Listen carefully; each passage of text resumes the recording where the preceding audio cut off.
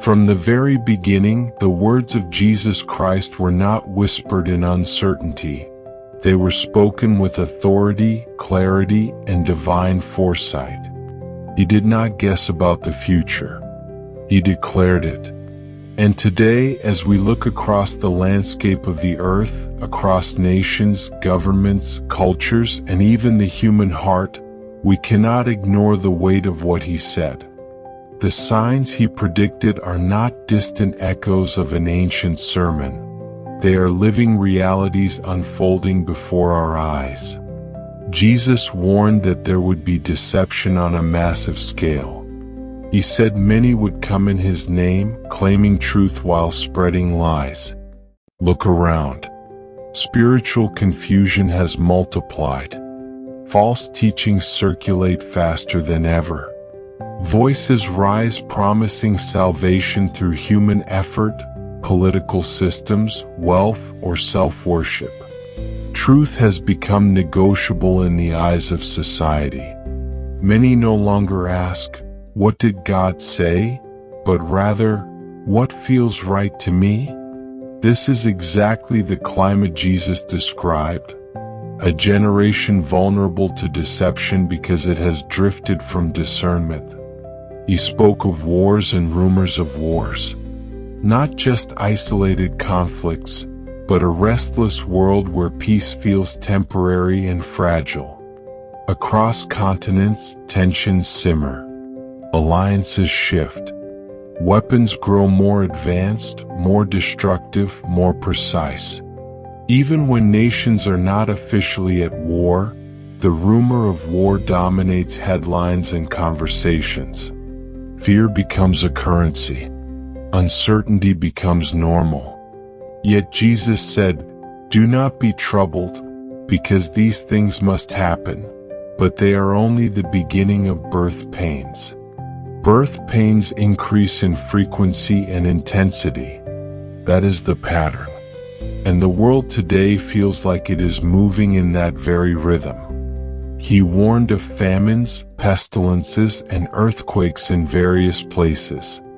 Natural disasters are not new to human history, but their impact, visibility, and scale feel amplified in this generation. Entire regions are shaken in moments. Diseases spread globally with unprecedented speed. Food insecurity affects millions.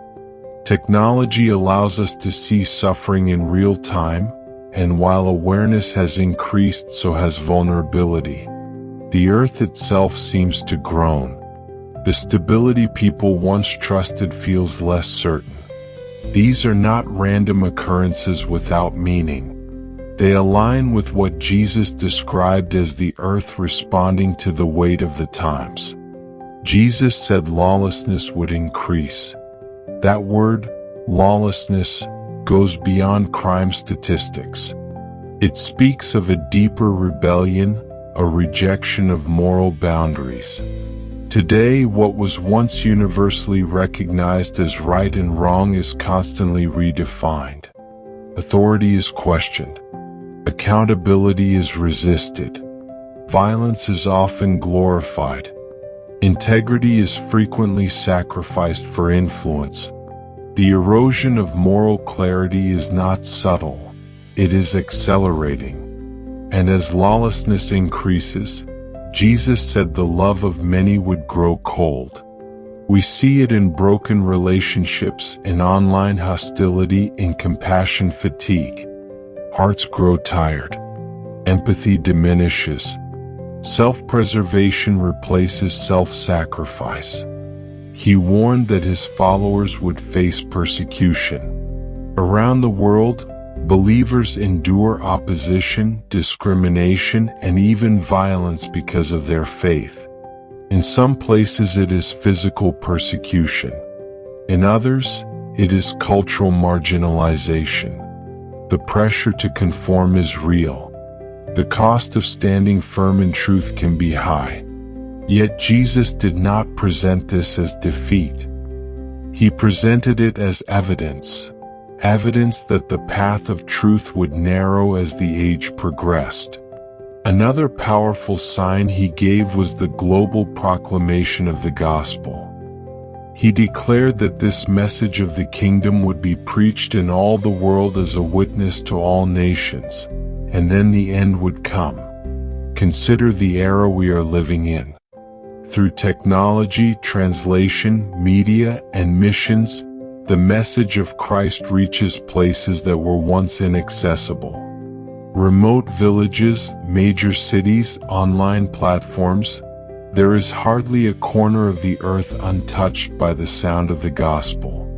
What previous generations could only dream of is now reality. The message is not confined to one region. It is global. Jesus also described a time of great distress unlike any before it. While history has known terrible seasons, there is an increasing sense that humanity is approaching a threshold. Systems are interconnected. Economies are interdependent. A crisis in one region quickly impacts the entire globe. Digital infrastructures shape daily life. Surveillance capabilities expand. The foundation for rapid global change exists in a way it never has before. The stage appears set for events that could shift the world almost overnight. He spoke of signs in the heavens and on the earth, distress among nations, confusion, and men's hearts failing them from fear of what is coming upon the world. Anxiety has become a defining characteristic of this age. Despite medical advances and technological comfort, inner peace is scarce. Information overload feeds worry. Predictions of climate collapse, economic downturns, political instability, and societal breakdown dominate narratives. Fear has a louder microphone than faith in many spaces. Yet Jesus told his followers that when these things begin to happen, they should look up, because their redemption draws near. It is important to understand that Jesus did not give these signs to create panic but to create preparedness. Prophecy is not meant to paralyze, it is meant to awaken. The convergence of these signs, deception, global unrest, moral decline, persecution, worldwide gospel reach, natural upheaval, forms a pattern that aligns strikingly with his words. No single event stands alone as final proof, but together they create a compelling picture. The atmosphere of the world mirrors the outline he painted. Some will dismiss these realities as coincidence or cyclical history. It is true that every generation has faced challenges, yet the uniqueness of this era lies in convergence and acceleration. Never before have so many of these conditions overlapped simultaneously on a truly global scale. Never before has the capacity for rapid worldwide transformation existed as it does now. The pieces described long ago are increasingly visible on the world stage. Still, the heart of Jesus' message was not merely about signs, it was about readiness. He compared his return to the days of Noah, when people were living normal lives, unaware of the sudden shift that was about to occur. The warning was clear: do not become so absorbed in daily routine that you ignore spiritual reality. Watchfulness is not obsession with dates.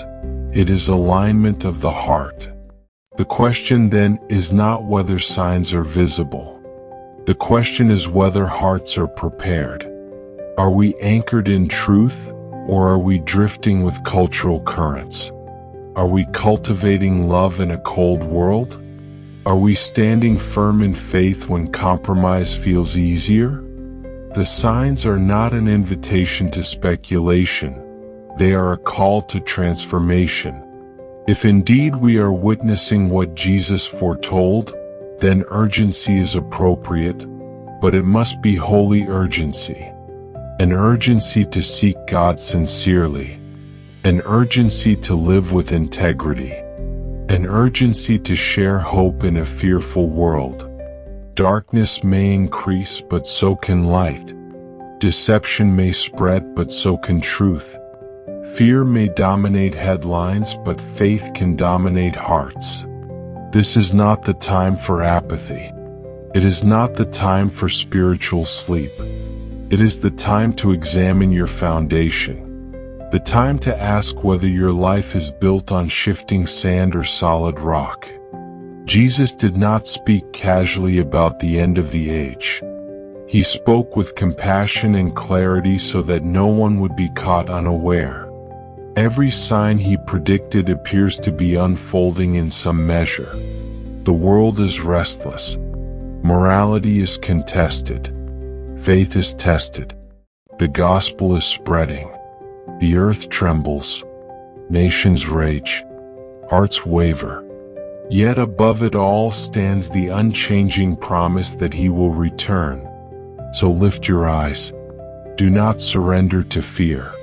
Do not be consumed by confusion. Instead, respond with faithfulness. Let the reality of these times refine your character, deepen your conviction, and strengthen your devotion. If the signs are indeed aligning, then the moment demands more than curiosity, it demands commitment. The message is clear. Stay awake, stay grounded, stay ready. The signs were never meant to frighten you into despair, but to draw you into preparation. History is moving toward fulfillment, not chaos without purpose. And those who discern the times must choose how they will live within them. The hour feels late. The atmosphere feels charged. But hope remains powerful. And the call echoes still, be ready.